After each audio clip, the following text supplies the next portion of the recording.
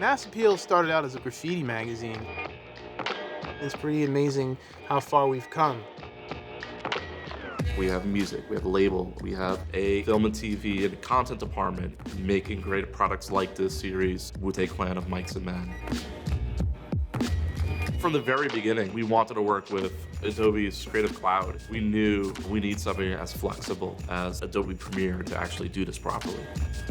Our communication had to be really good overall because there were a lot of moving parts, from animation to getting the interviews to work right and getting the archival to sit right. It was a beast. We shot close to half a petabyte of footage, shooting on a red helium, then 7.5K, and then archival, you're looking at well over 100 terabytes of media.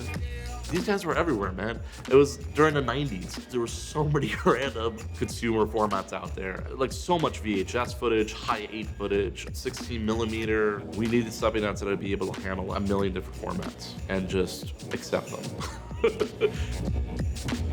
The series sculpted around interviews that Sasha conducted with the living members. A lot of the story is told as men looking back at their lives together. The idea was to have them in this black void, to conjure up this notion of them almost being in space, floating to who knows where in these conversations. And a lot of Sasha's stories, he likes to do a lot of animation. Having the editor cut a scene and then be able to dynamically link it to the animator or designer, and then they would be able to refresh that dynamic link. I gotta say, Adobe Premiere handled it very well. It was exciting. It moved, you know. The post on this moved really quickly. As far as the beginning, we knew we wanted to do this in a team project. A team project allows multiple editors to access the same project so that you're all working in the same environment with the same media and the same sequences. We had 4 editors, 3 assistant editors, 2 archival producers, and 2 archival assistants working at the same time in a team project. That type of collaboration you can't really do in other platforms quickly.